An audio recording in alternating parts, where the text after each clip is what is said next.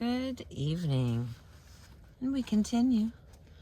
Freedom is the ability to have or to not have what you want without it closing your heart, by Stephen Levine. This is step 4. Made a searching and fearless moral inventory of ourselves. Step 4 of CODA. This is the scenario. It's time to go to your meeting. You're excited, ready. Then you remember tonight's topic, the 4th step. Part of you goes, ack! The other part goes blank. You wish the topic were different, something more pertinent to recovery, something you had more to say about. Wish it were on the 2nd step, you mumble to yourself. Or you get to your meeting all revved up for a night of healing conversation until you discover the topic, the 4th step. Everyone passes, and the meeting, which usually lasts from an hour to an hour and a half, is over in 30 minutes. Or instead of passing, group members decide to talk about something else that evening. The 4th step barely gets mentioned. I've been thinking about doing one. I probably should. It's getting around that time. Maybe, just maybe, one person doesn't pass. That person talks straightforwardly about doing a 4th step. You sit in awe. That person has actually taken out paper and pencil and done an inventory.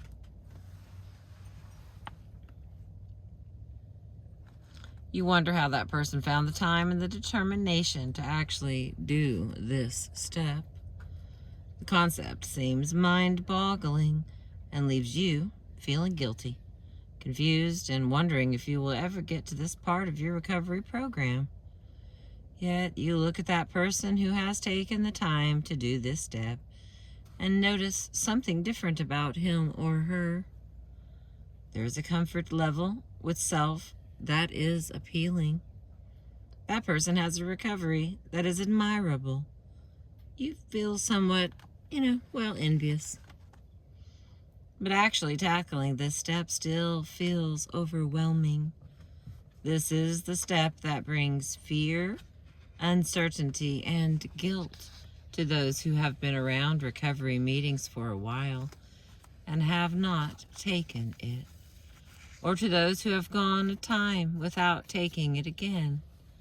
It's house cleaning time, healing time. It is the dreaded 4th step.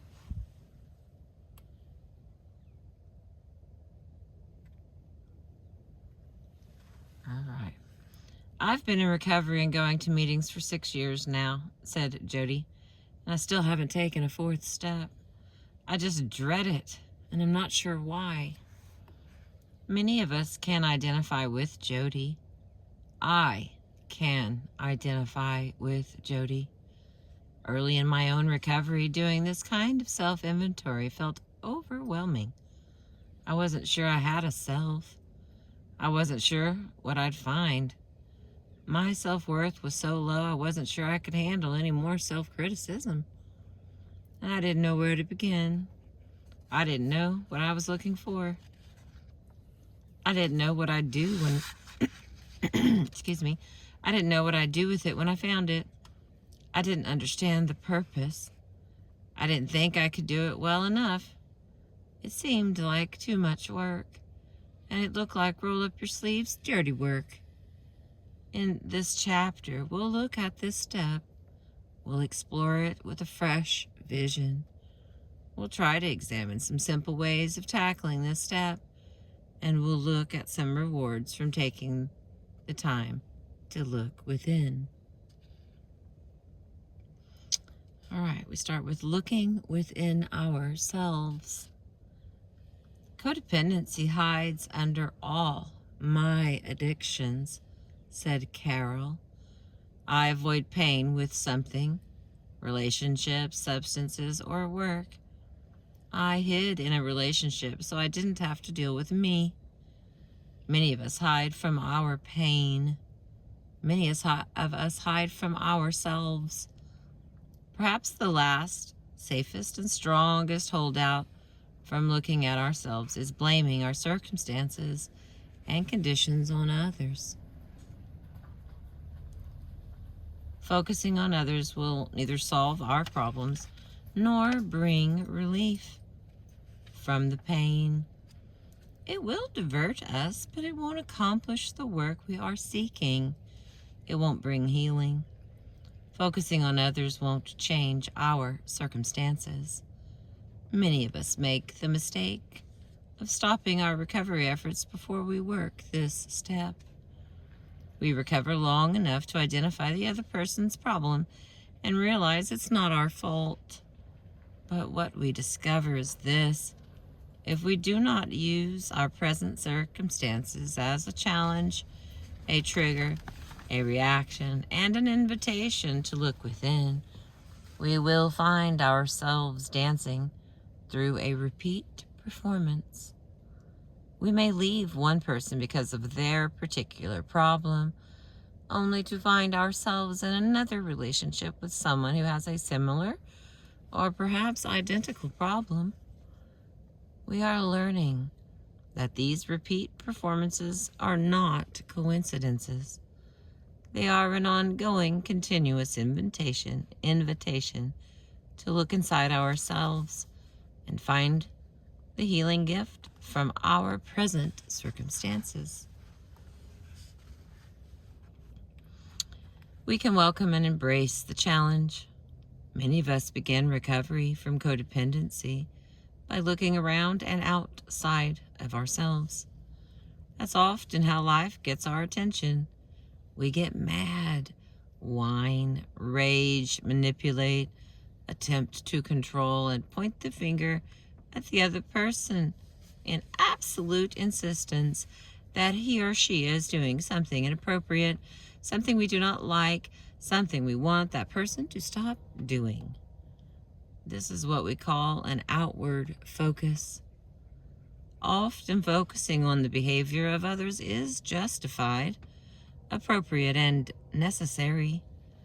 But when we tire of expending energy discussing the details of the other person, whether that person is a parent, child, friend, spouse, boyfriend, girlfriend, coworker, boss, or employee, we face the fourth step questions.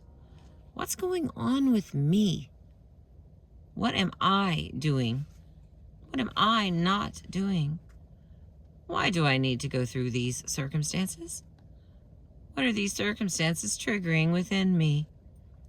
What are the old memories, the old fears, the old tapes being replayed? What is my agenda? What is my lesson from this experience?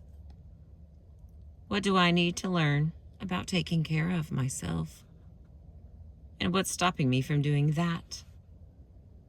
Now, in this step, we begin the process of looking within as a response to our circumstances.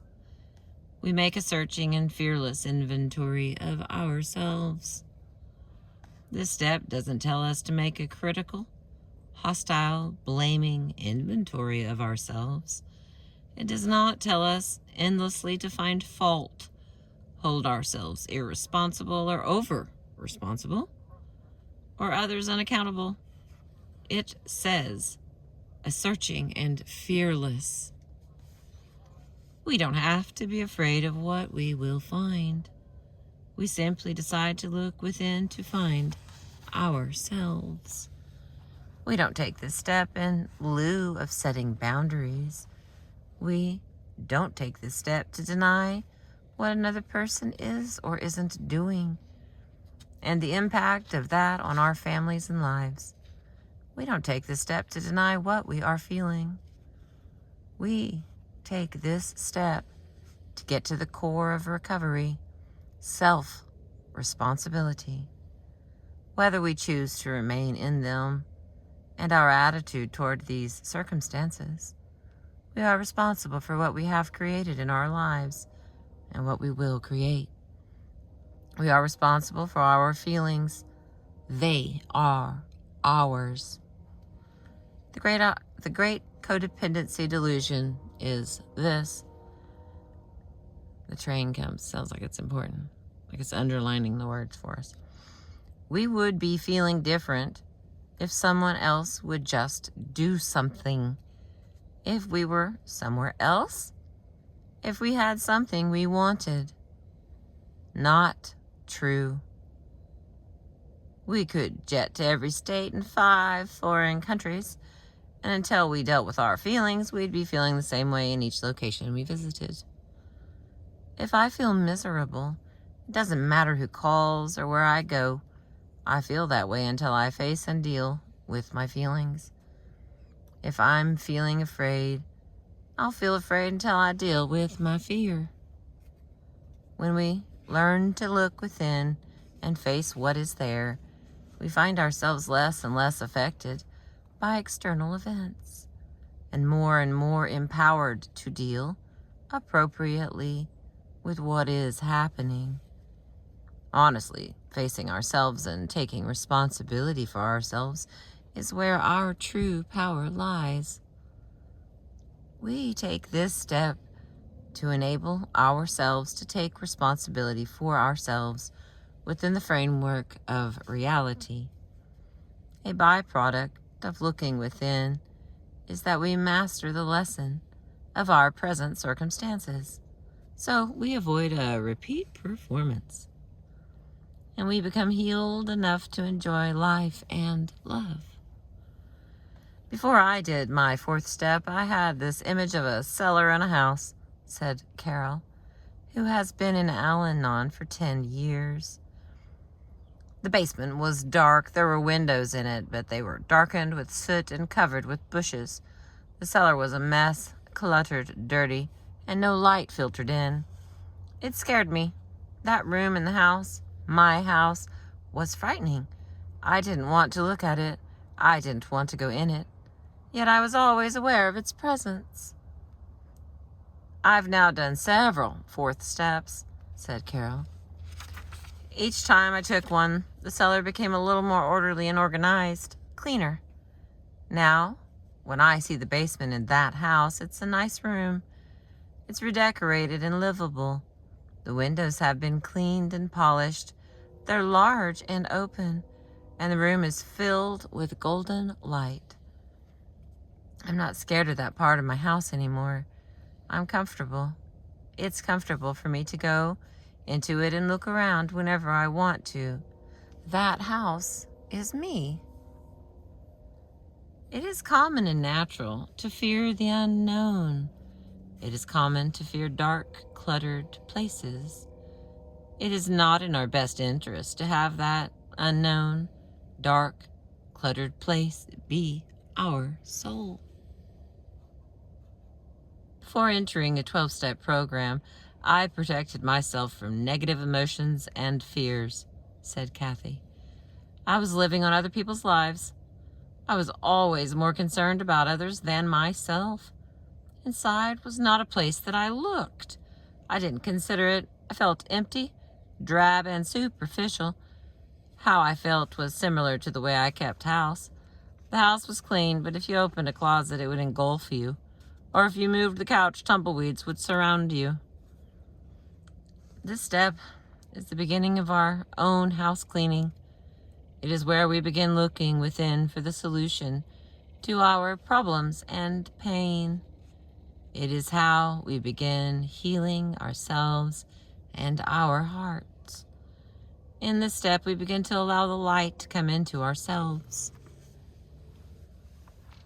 Come on, zoom in because we got some birds about to come by, and I know it's getting dark. Okay, come on, baby. There we go. Now maybe you get to see the pelicans too. All right, the next part, a searching and fearless inventory. What do we look for in our searching and fearless inventory? We look for what is right about ourselves and our values. We look for the wrongs we have done too, But also included in this moral inventory are our self-defeating behaviors and the moral issue of whether or not we love ourselves. We take stock of our behavior, positive and negative. We look at the things we've done wrong, our big guilts and our little guilts. We look for those things we haven't done wrong but feel guilty about anyway. We ferret out all the guilt, earned and unearned, and get it into the light. We take a searching and fearless look at what bothers us now and what has bothered us in the past. A look that is free from the restrictions of denial, free from fear of speaking the truth. We look for anger, fear, pain, rage, and resentment, including anger at God. We look for victimization, ways others have victimized us, ways we have allowed ourselves to be victimized by others, and ways we have victimized ourselves. We look for painful, repressed memories. We seek out our fears and our limiting beliefs, messages that are not true, and maybe setting the stage for our life. We look for the blocks that may be interfering with our ability to live and love. We don't do this to criticize or further wound ourselves or blame ourselves and others. We do this to heal from all that has taken place in our lives. We do this to set ourselves free from the past.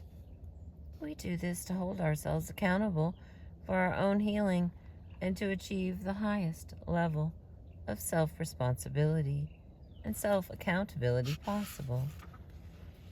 Here are some ways people approach this step. So these are ideas. We got about 15 pages left. There's a chance we're only getting about halfway through this, but let's see how much light we have. Thank you for being with me. Number 1, an inventory of codependent characteristics. We can list some of the codependent behaviors and characteristics we have been protecting ourselves with, the people involved with these behaviors, and our underlying feelings about them. The behaviors we may want to focus on are caretaking, controlling, repressing feelings, not dealing with feelings appropriately, manipulation, sorry, that word makes me laugh, self-neglect, not taking responsibility for ourselves, which includes emotional and financial responsibilities, worrying, constantly criticizing ourselves and our efforts, feeling that we can't do it well enough, whatever it is, not liking and loving ourselves, not allowing others to like and love us, not nurturing ourselves or allowing ourselves to receive the nurturing we want and need, using denial as a coping tool, feeling victimized, allowing ourselves to be victimized, not setting boundaries, not trusting our feelings and instincts, not trusting God, not trusting life and recovery, feeling unsafe, lack of intimacy and fulfillment in relationships, earned and unearned guilt, sexual behaviors, including sexual codependency, having sex with people when we don't really want to, or engaging in sexual behaviors we aren't comfortable with to please another, obsessing, being codependent on others, communicating poorly, dishonesty, including emotional dishonesty, not saying no when we mean no, not saying what we want and need, repressing our needs and wants, not feeling like we have a life of our own, low self-worth, believing we deserve little from people and life, perfectionism, unreasonable expectations of others, staying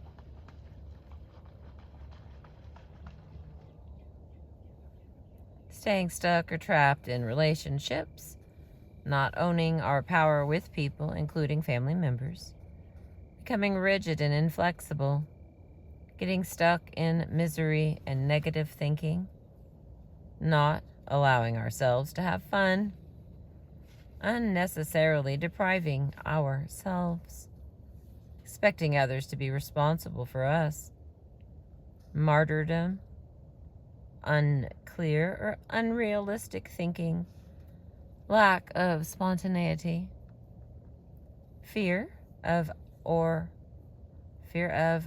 inability to tackle and solve problems, negative beliefs about ourselves and our abilities, shame, unresolved historical issues, particularly with nuclear family, unresolved abuse issues from our pasts, a sense of despair about our relationship history, confusing pain or longing with love, withdrawing from friendships, not tending to our daily and regular routine, being filled with fear and panic, a tendency to attract sick and needy people, a tendency to be attracted to dysfunctional relationships and employment situations, and resentments due to the characteristics listed above.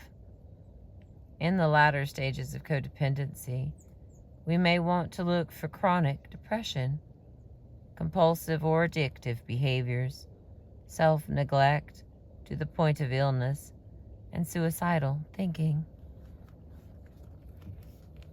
Kevin says, the big issues in my codependent inventory were manipulation and control.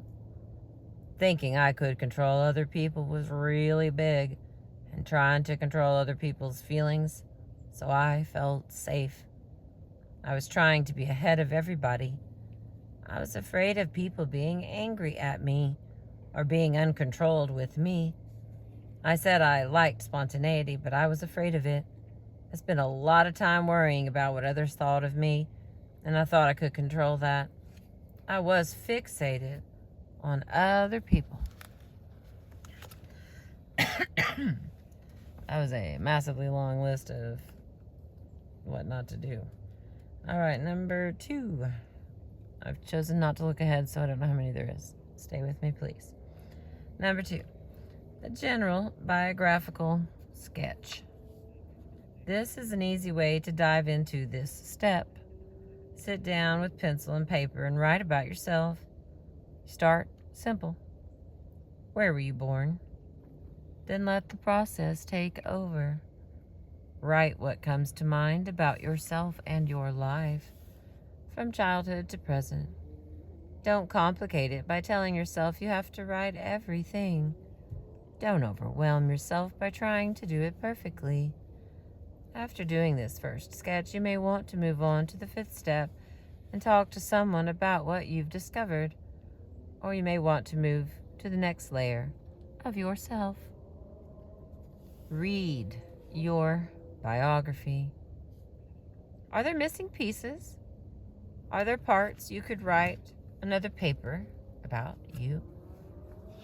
What was it like in school? What was it like growing up in your family? What kinds of feelings did you have about yourself and others? What have you done well? Poorly? What have you wanted for yourself in your life? How do you feel about what you've done? What you've become so far? What did others expect of you? What do you expect of yourself? What are your secrets? What have you hidden from the world about yourself? Do you have some guilty secrets that are causing shame. Be honest. Now is not the time to mince words. What have you done wrong to others? What do you feel they've done wrong to you? Please remember, this step is not about being nice and appropriate. It's about getting it all out. Your biography isn't going to be published. Let yourself go and say what you need and want to say. Write about your relationships, your feelings, your behaviors. How did you protect yourself? What did you do to survive? This exercise is an interesting one to do regularly over the years. We may be surprised to see how our perspective on ourselves and our lives changes as we change. And the next one, number 3. A specific biographical sketch. Some people prefer to focus on one area of their lives, such as relationships, family, or work history. This can be useful if you find yourself blocked in a particular area. Write about your history in that one area, starting at the beginning. For example, what characterized that relationship? How did it begin? And what were the good parts about the relationship? What were the traumatic events in that relationship? How did it end, or how was it resolved? What is the status of that relationship now? How did you handle your feelings and needs in that relationship? How did the other person? Did you feel victimized? Why? How did you protect yourself in that relationship? What did you learn from that relationship? Did you make any significant self-defeating decisions about yourself or other people based on the course of that relationship, such as a woman, men, bosses, neighbors, relatives, etc., can't be trusted? How do you feel about that person now? Is there peace in your heart toward this relationship? What was the good thing this relationship brought to your life? What were the painful things this relationship brought to your life? What is your belief now about yourself, the other person, and that relationship? What are your feelings? We can do the same for employment. Write about your work history. Excuse me. Write about your work history. This is not a resume. It's a personal review of ourselves and our life, behavior, and beliefs at work. This can help us identify self-defeating beliefs about ourselves and help us discover our talents and abilities. Write about your relationships with people at work, how you felt when you took the job, what happened, how you feel about the job now, what were the good things you gained from the experience, what were the negatives. What do you believe about yourself and your work abilities? Are there some things about your conduct that bother you about your work history? What are your feelings? The more we can write about ourselves, our feelings, and our beliefs, the more helpful this work is. And number 4, a big book 4th step. This approach, covered on page 64 through 71 of Alcoholics Anonymous, says the big book, is the original approach suggested for a 4th step. This version calls for an honest stock taking of ourselves. It is simple and straightforward. We write down the names of people we resent and why. We write down what part of our lives we feel those people have affected or harmed. On our list of resentments, we include people, institutions, or principles with whom we are or were angry. For instance, I'm resentful toward my friend because she doesn't call me often enough, and that affects my social life and my feelings of well-being. We list our fears. Many of us learned that fear is an underlying motive in our codependency. This step is a way to ferret it out. Sometimes we think fear ought to be classed with stealing. It seems to cause more trouble. Wrote the authors of the Big Book, page 68. We list our grudges and our injuries, real and imagined.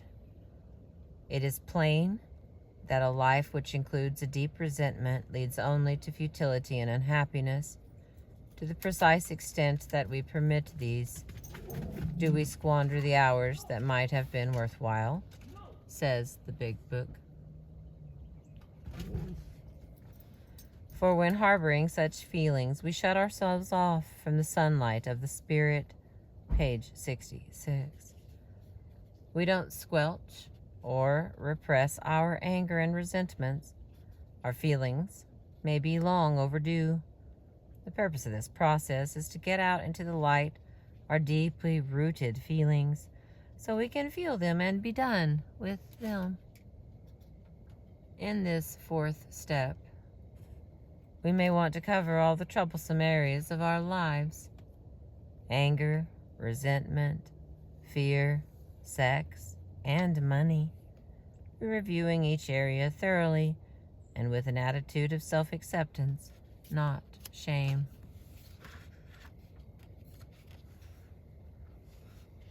And the next one is number 5. Things we've done wrong.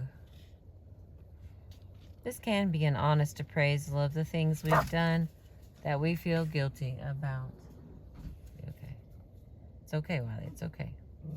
Why? It's okay, baby. It's okay. Why? It's just a dog. It's okay. I know. Thank you for letting me know. Number 5, things we've done wrong. This can be an honest appraisal of the things we've done that we feel guilty about. This step can help us clarify our own acts and words that cause guilt and shame, so we can be done with past guilt. It can also help clarify our inappropriate guilt. Feelings of guilt that aren't really our own, but they belong to others. We can be done with that too. This is the place to let go of rationalizations, our justifications, and look within. Understand this. Treating ourselves badly is as much of a moral issue, a wrongdoing, as treating others badly. Believing that we are unlovable, stupid, unworthy, not good enough, inferior, or superior is a moral issue.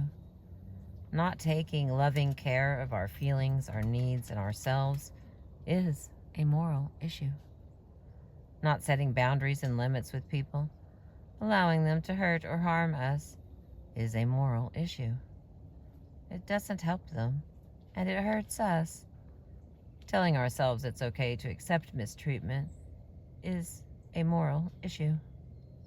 Neglecting ourselves is a moral issue. Expecting ourselves to be perfect is wrong. Not allowing ourselves to have fun and enjoy being alive is a moral issue. Not listening to, not trusting ourselves is a moral issue. Not liking and loving ourselves is a moral issue.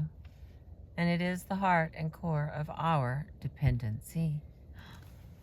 There's the moon.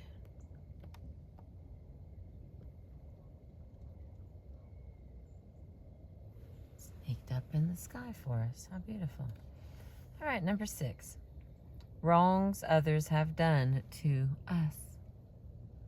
Taking a fourth step from this vantage point can help us get it all out. We can list all our victimizations from day one. What people, institutions, places, and beliefs have victimized or hurt us. How or why. How did this affect our lives? How does this make us feel? Do we have any part in this?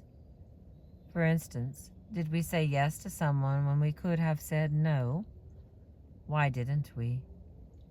What did we fear might happen if we took care of ourselves? Why didn't we own our power with that person? What was the belief stopping us from taking care of ourselves? Have a good gripe session on paper. Whine once and for all, so we can be done with it and heal.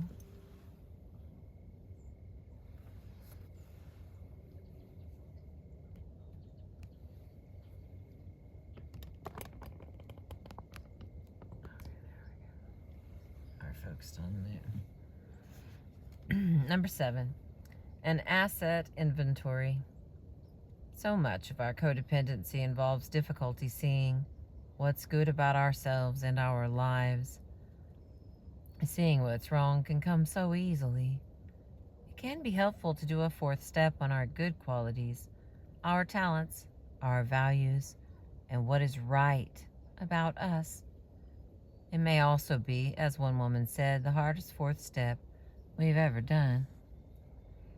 And number 8. It appears to be pretty gosh darn long. Debate here. There's a moon now, so we're going to go. Number 8. A list of anger, fear, and shame. Excuse me. Write a list to everyone that we are mad at, everything we're afraid of, and everything we hate about ourselves. Dump it all. This is a simple approach to this step. Just make a list of who or what, past and present, bothers you. Bother means causes you to feel upset, afraid, angry, helpless, outraged, indignant, hurt, ashamed, guilty, worried, or disturbed. Bother also means triggers any type of reaction in you, including caretaking or controlling. You can include things about yourself in your life that bother you. You can include things about others, relationships, or work that bother you. Try to write your feelings and beliefs about each incident or person that bothers you. For instance, working with Marge bothers me. She is powerful and controlling, and I feel stupid around her. The more self-responsibility we can take with each incident, the better. This doesn't mean we blame ourselves. It means we attempt to get to the root of the problem. For instance, Marge triggers my belief that I'm stupid. That understanding is the kind of work that helps us heal.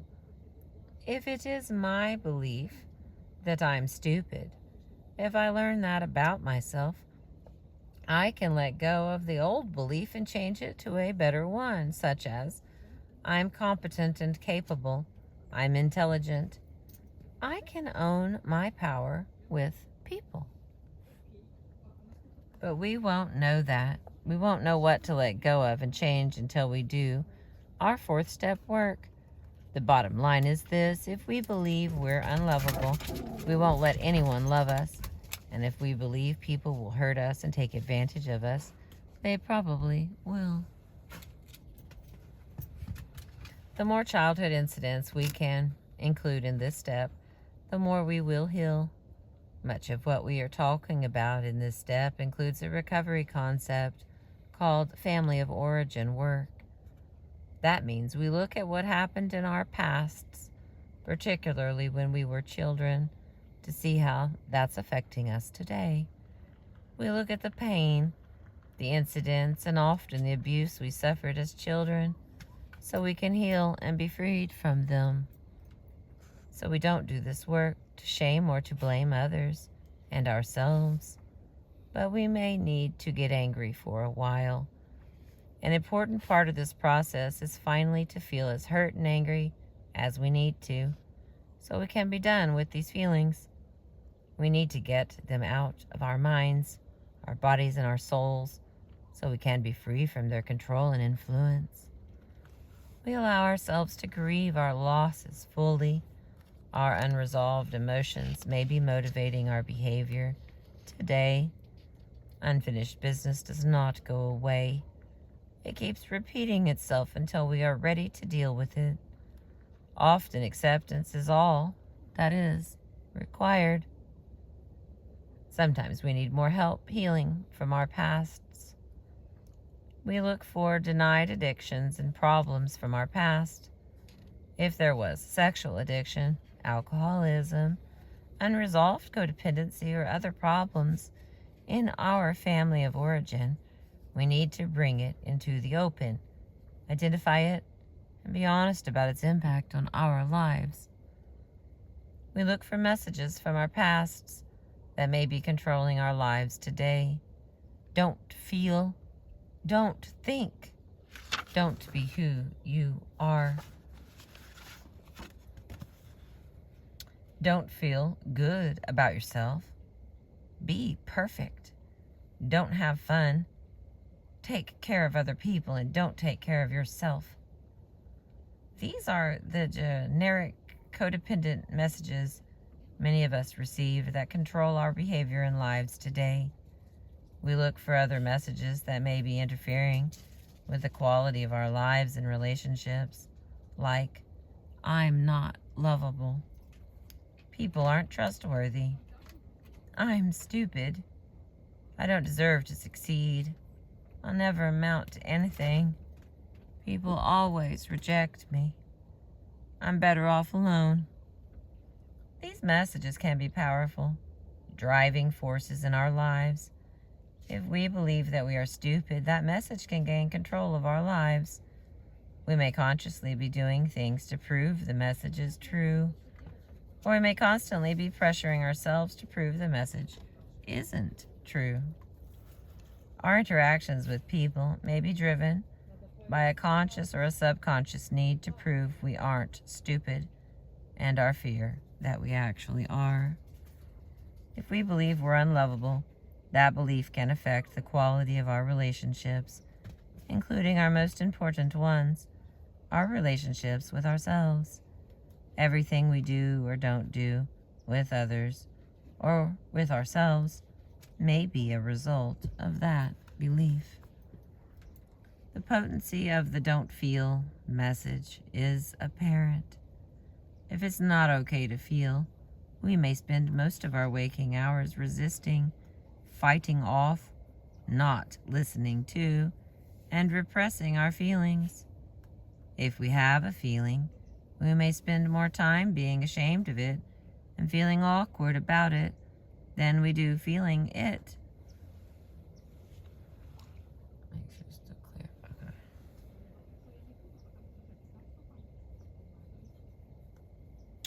Feelings are an important part of us.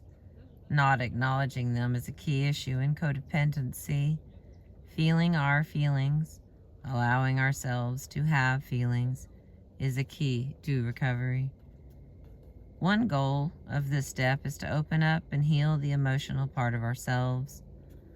The 12 steps are affirmations to remind me that I have feelings, said Tim. The steps are a reminder to me to pay attention to my feelings, or to let my feelings be, and not to forget or ignore them.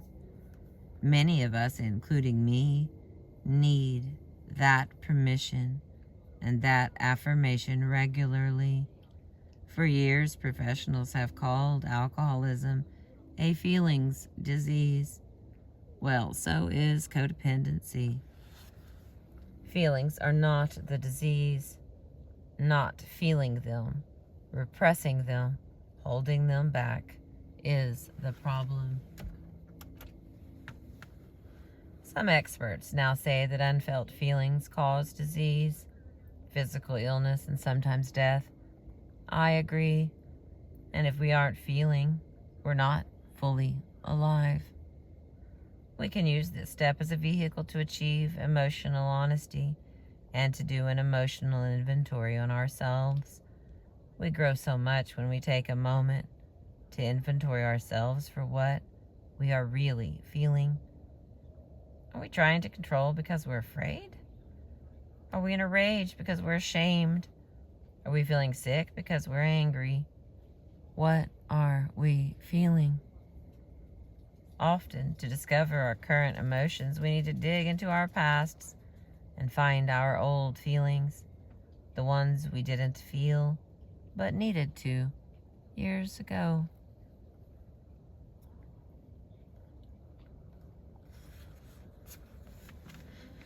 Hang on just a second.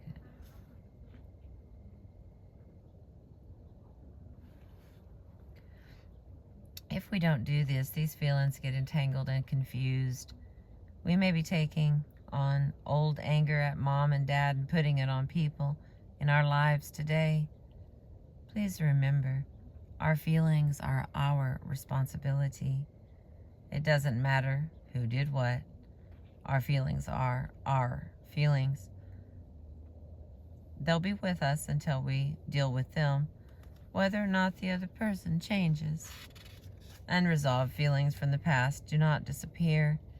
Many of us find ourselves creating situations that trigger the feelings we were denying until we feel safe enough to find a way to deal with those feelings. For instance, if someone important to our past rejected us, if someone important in our past rejected us, we may continually be drawn to and help create situations where we are rejected. We finish old business by acknowledging and releasing our old feelings and replacing negative beliefs with positive ones. We can learn to let ourselves feel and heal from the backlog of feelings from our past.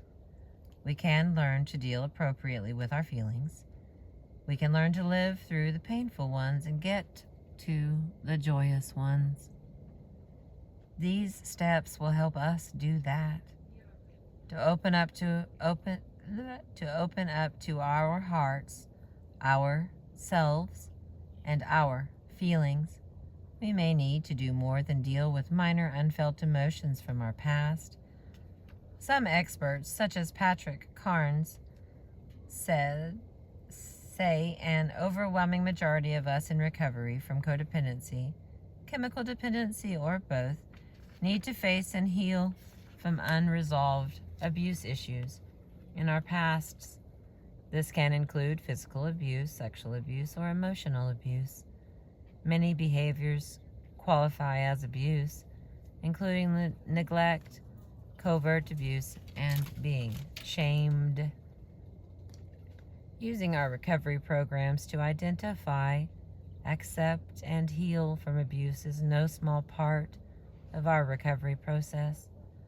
Some recovering people believe this is a core part of the process. Please understand, we do not do this to blame parents or any other persons. We do it to stop denying and begin healing from its impact. Many of us have lived with abuse for so long that we do not even identify abuse as such. We call it normal and make excuses for the perpetrators. Some of us were severely abused and may have complete memory blockage of the abuse. That doesn't mean the abuse went away. It will haunt us until we are ready to deal with it. This type of work, this deep work, must be approached with caution.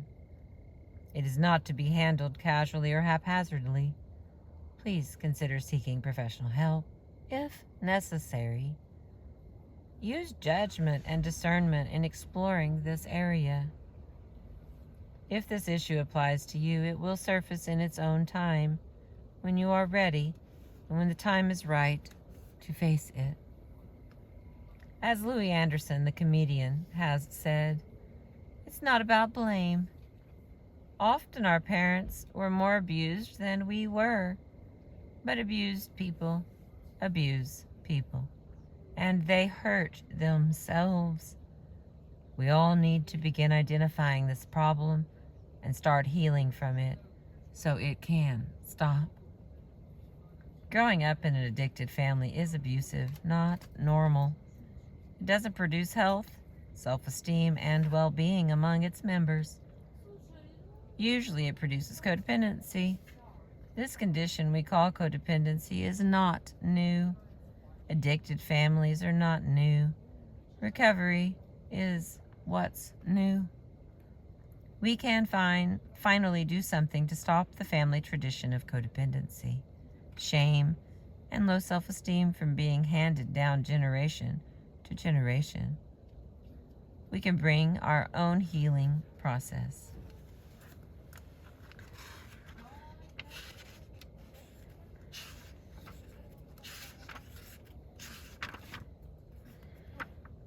Alright, there are 10 pages left for this one. Now, the rest will be learning to love ourselves and the activities and stuff, but it is mostly dark. There is someone here making a lot of noise and on their phone call. So I'm going to concede that I have done enough for today. I appreciate you. Thank you for being with me. Let's see if I can zoom us in on this.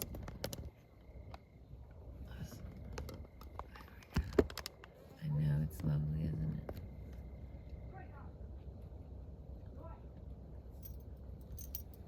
Thank you for being with me. I appreciate you.